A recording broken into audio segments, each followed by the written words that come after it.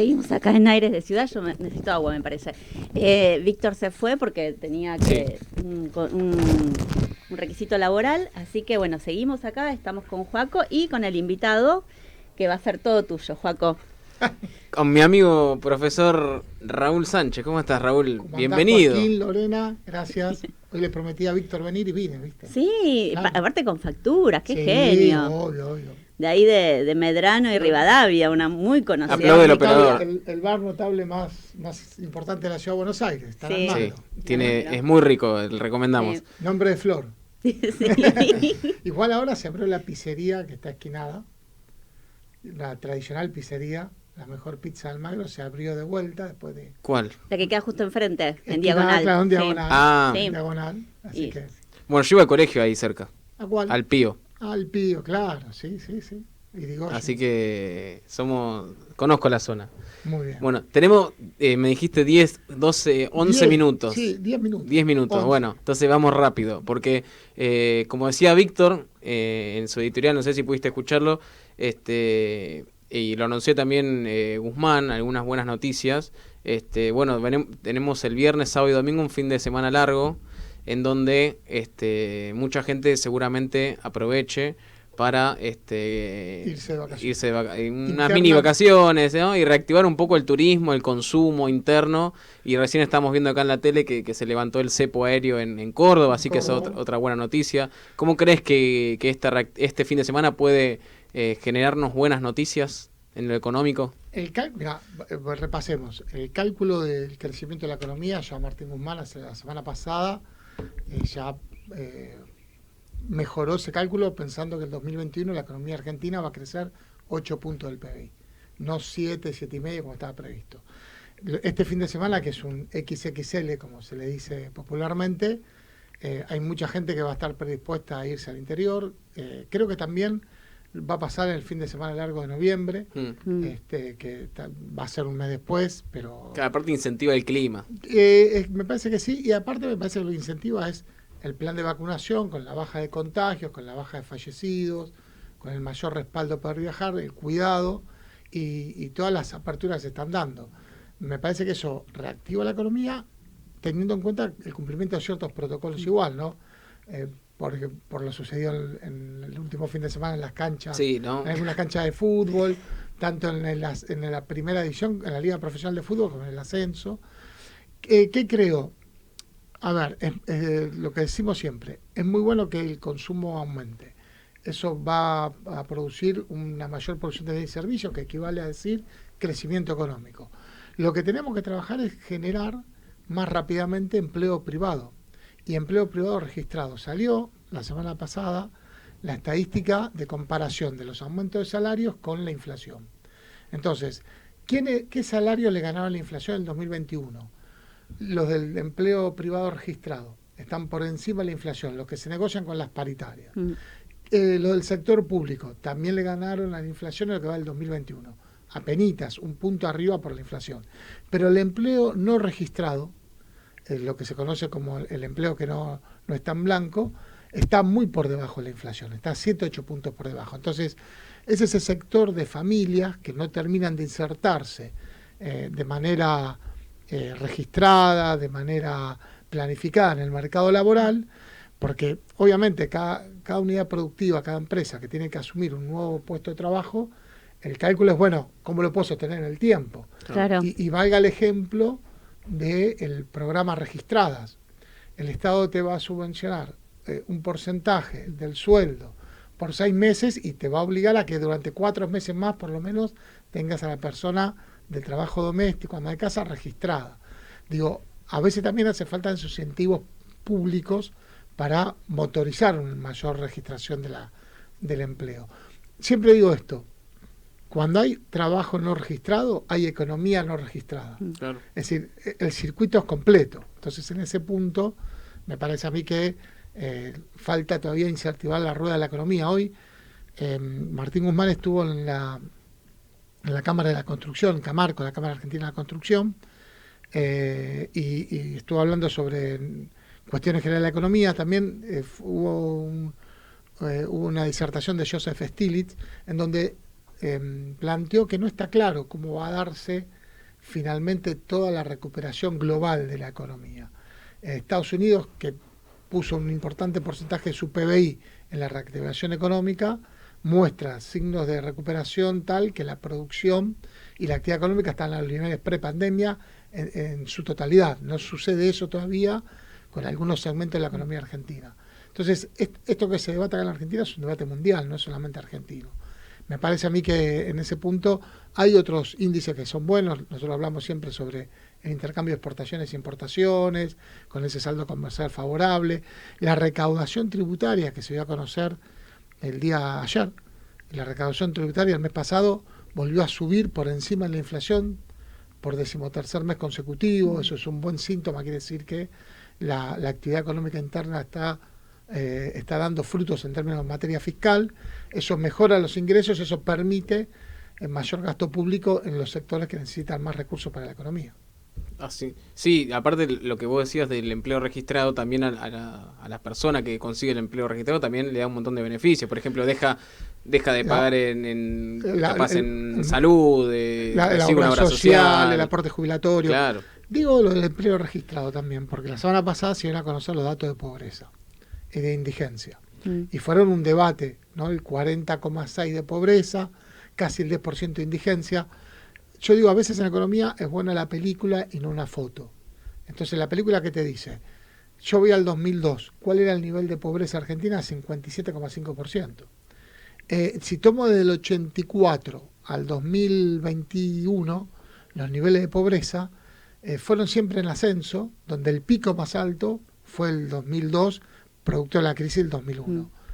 En la gestión de gobierno, donde más se bajó la pobreza fue entre el 2003 y el 2011, donde bajó más de casi 30 puntos. Gobierno de Néstor, ¿no? Y sí. los de dos Cristina. de Néstor, el de Néstor y el primero de Cristina. El segundo de Cristina hubo una estabilización, subió con Macri y después obviamente pegó un salto con la pandemia. De hecho, el dato del 2021, el segundo semestre del 2021, es un dato que baja, se mantiene en una estabilidad a la baja, casi como estamos hablando siempre de la inflación. Para bajar la pobreza no hay que hacer varias cosas. Hay que generar empleo para que se distribuyan más riqueza entre más familias a partir del pago del salario. Hay que bajar la inflación, hay que sostener el crecimiento económico que permita generar empleo, hay que tener políticas focalizadas que no van a solucionar el problema de la pobreza, sino que son una asistencia de emergencia a la pobreza, a la indigencia. Entonces son 4 o 5 ejes que hay que trabajar en forma conjunta. Acá estaba leyendo, ¿no? Un poco hablando de la reactivación de la economía y el empleo, que bueno, tanto el nuevo jefe de gabinete de Mansur como el ministro de Desarrollo Productivo Culfas y Guzmán coinciden, como dijiste vos, que estuvo en la Cámara de Construcción. Se están viendo números interesantes en este rubro, en la construcción, y leía que se está creciendo en puestos de trabajo a una razón de 5.000 por mes. Claro, la industria manufacturera, la industria nacional y la construcción han sido los dos pilares de reconstrucción de la economía argentina post pandemia. ¿Qué tiene de particular el empleo en la construcción? Que es por obra. Vos terminás la obra y tenés que tener otra obra que las personas que trabajaron en la obra anterior sigan manteniendo el trabajo. Entonces, el fomento de la obra pública es fundamental. Claro. Y a su vez que los privados sientan un clima de negocio que le permita tener perspectiva de crecimiento, no con los desarrollos urbanos en la Ciudad de Buenos Aires, que son construcciones para renta inmobiliaria urbana, que requieren de una fuerte política fiscal para que esa riqueza no vaya a ciertos sectores, sino con otras obras que se pueden hacer para mejorar la infraestructura, tanto de vivienda como la infraestructura de transporte. Puede ser cloacas, cloacas, rutas, puentes, obras en trenes, hay aeropuertos, hay numerosas obras que se pueden hacer, puertos en mejora de infraestructura, hospitales. De hecho, por ejemplo, uno de los pilares dentro de la obra pública fue la puesta a punto de muchos hospitales públicos que necesitaban readecuarse por la pandemia. Claro. La sala de terapia intensiva y el resto del hospital, ¿no? Y en lo más chiquito, por ejemplo, el Procrear no ayuda en eso también, porque uno contrata a un albañil. Obvio, la microconstrucción. Sí. O sea, eso es macroconstrucción porque es plan de vivienda. Pero el Procrear, el Procrear satisface la necesidad de una vivienda en un segmento poblacional, porque vos tenés un límite de ingresos. Sí. Falta para la otra gente. Para lo que es más la arriba. clase media, Sí. claro, que es la clase media que va tal vez a un crédito hipotecario. En la ciudad de Buenos Aires... o la que gaste casi 50% del ingreso en un alquiler. Claro, que paga 50, 60, 70 mil pesos de alquiler y le agrega las expensas y son 10 mil, 12 mil, 15 mil pesos más. Con suerte. Pero si sos propietario también tenés que pagar las expensas, ¿no? Sí. Pero, por ejemplo, en la ciudad de Buenos Aires se hicieron en el mes de agosto un poquito más de 2.600 hipotecas, si no me falla la memoria, casi 2.500, escrituras, y de esas escrituras 130, 140 fueron con hipotecas. El resto no fue con hipotecas. Digo, ese es el número de escrituras que se hacen con hipotecas obtenidas en los bancos, con préstamos de bancos que son hipotecarios. Claro. Digo, no más de 150 préstamos por mes. Insignificante.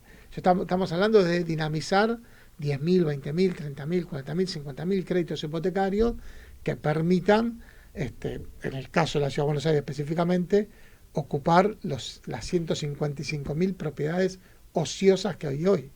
Es que es un dato tremendo, toda esa cantidad de propiedades ociosas con necesidad de vivienda que hay en la ciudad.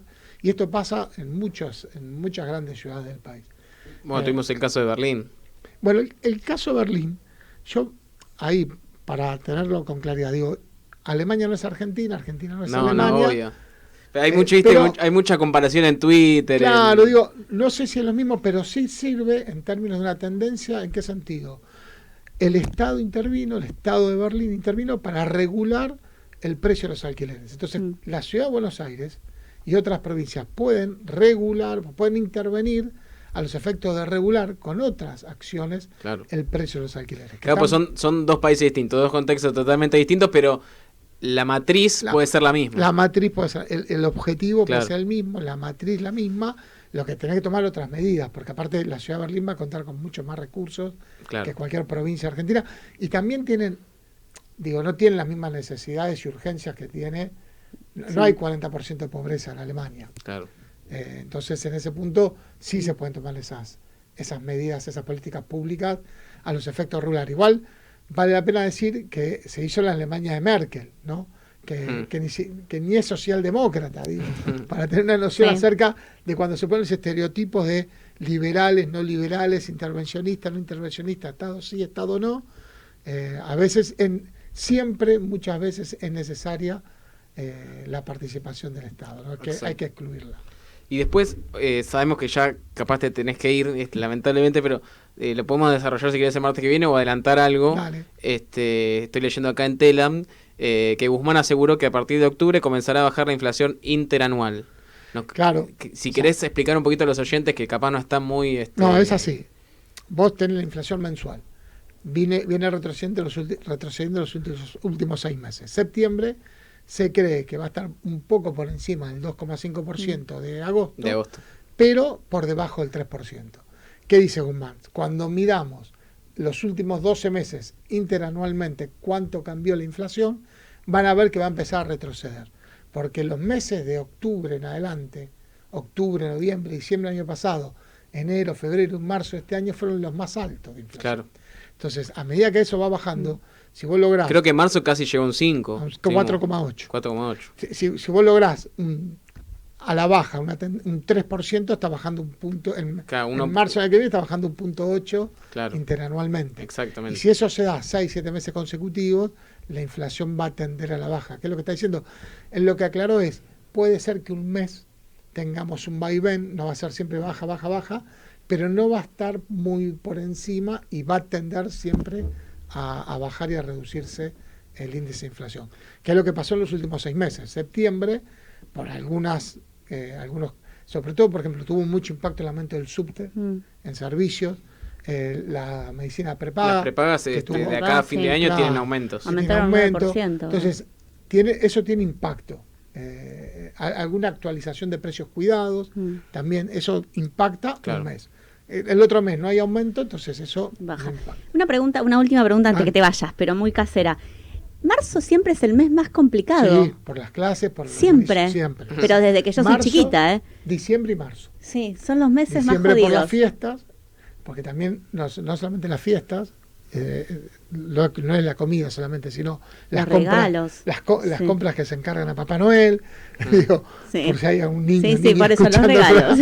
digo, el cobro del aguinaldo, la previa a las vacaciones, como quien dice, y marzo, el inicio de las clases, la mayor actividad, el fin de las vacaciones, siempre tiene un impulso de mayor crecimiento de la inflación. Es así, hay cuestiones estacionales de Claro. la inflación que influyen, que terminan determinando un mayor nivel de inflación. Por eso, por ejemplo, algunos alimentos también pasa eso. Por ejemplo, no todo el año aumenta el precio del tomate. No.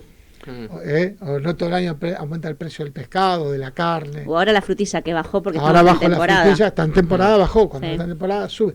Digo, hay cuestiones estacionales y también puede haber cuestiones de emergencia. Hay una inundación, hay un temporal, hay un desborde de un río y eso encarece también Claro. ciertos alimentos de, como se le llamó, de la mesa de los argentinos y las argentinas, ¿no? Bueno, Raúl, gracias. Sí, me tengo que ir. Me dejo la factura. Muchas gracias, muy lindo tenerte. Llevate. No, ¿cómo? Te agradecemos mucho que hayas venido. La primera vez que Sí, viene tenés desde que marzo. invitar. estamos Pandemia, claro. Bueno, bueno, antes de fin de año venimos de vuelta. con la baja de los casos nos pudimos dar este Sí. placer. Lujo. Bueno. Es un lujo. Se amplió el protocolo, así que por eso lo tenemos a Raúl acá. Bueno, gente, buenas tardes. Buenas tardes. Gracias Buenas tardes, por la Raúl. invitación. Gracias por venir.